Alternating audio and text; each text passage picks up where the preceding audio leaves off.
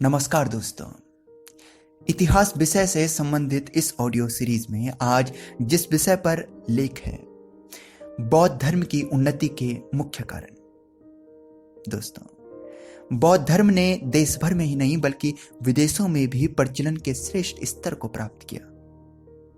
नेपाल, चीन, Cambodia, Japan, Tibet, Sumatra, जावा, वर्मा, लंका, मध्य Asia में अपनी जड़ों को मजबूत करने में बौद्ध धर्म बेहद सफल रहा। इसके कई कारण देखे जा सकते हैं जो बौद्ध धर्म के उन्नति के प्रमुख कारक हैं। सबसे महत्वपूर्ण तो यह है कि उस वक्त तक वैदिक सभ्यता का धर्म दोषपूर्ण हो चुका था। लोग यज्ञ तथा बलि से तंग आ चुके थे और यज्ञ में सरलता समाप्त हो जाने के कारण साधारण लोगों की पहुंच से बाहर हो गए थे। दोस्तों, भगवान बुद्ध के बेहद आकर्षक रूप और उपदेशों के कारण बौद्ध धर्म में तीव्र उन्नति हुई। मोनियार विलियम्स ने लिखा कि व्यक्तिगत चरित्र का प्रभाव उनके उपदेशों के अद्भुत आकर्षण से मिलकर अचूक हो जाता था। साथियों, भगवान बुद्ध अपने उपदेशों में पाली भाषा का प्रयोग करते थे। यह साधारण बोलचाल की भाषा थी। लोग इसे बेहद आसानी से समझ पाते थे। यह कारण भी वैदिक सभ्यता की जटिल संस्कृत भाषा में ज्ञान का विकल्प बौद्ध धर्म को जनसाधारण में दिखा पाने में सफल रहा। दोस्तों, भगवान बुद्ध ने कभी जातिवाद और भेदभाव को नहीं माना। उन्होंने संपूर्ण मानव समाज को मोक्ष का अधिकारी कहा।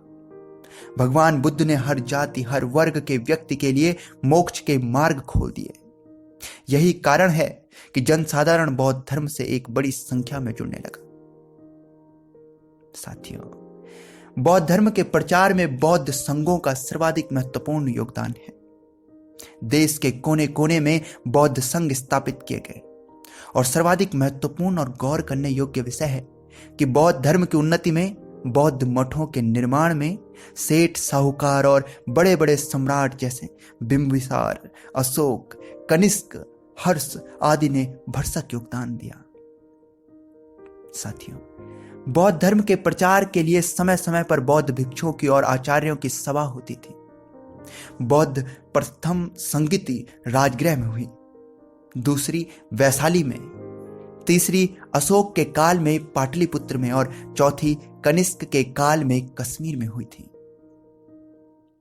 बुद्ध की सीख में जीवन को मध्यम मार्ग से जीने का उपदेश सर्वाधिक सरल और व्यापक हो सकने योग्य था।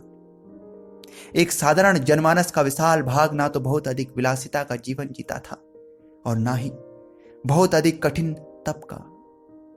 वह तो मध्यम जीवन जीने के मार्ग का ही अनुसरण करता था और इस पर जीवन में कुछ सरल आचरण जिसे आम जनमानस सुगमता से निभा सकता था, जैसे सत्य बोलना, जीवों पर दया करना आदि। कुछ नैतिक आदर्शों की बातें एक साधारण गृहस्थ का व्यक्ति भी पालन कर सकता था।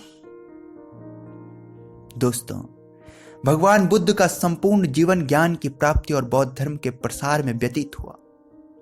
सिद्धार्थ नामक बालक ने अपने जीवन में राजसी सुख और विलासिता को देखा, किंतु उन्होंने अपने जीवन में उसका तिरस्कार किया। जब वे कठिन तप में लीन थे, अपने शरीर को कष्ट दे रहे थे, तब शरीर सूख कर कांटा हो गया। भगवान बुद्ध ने निष्कर्ष निकाला कि बेहद कठिन तपस्या का और अत्यधिक विलासिता का जीवन व्यर्थ है, निरर्थक है। अतः जीवन जीने के मध्यम मार्ग को अपनाओ।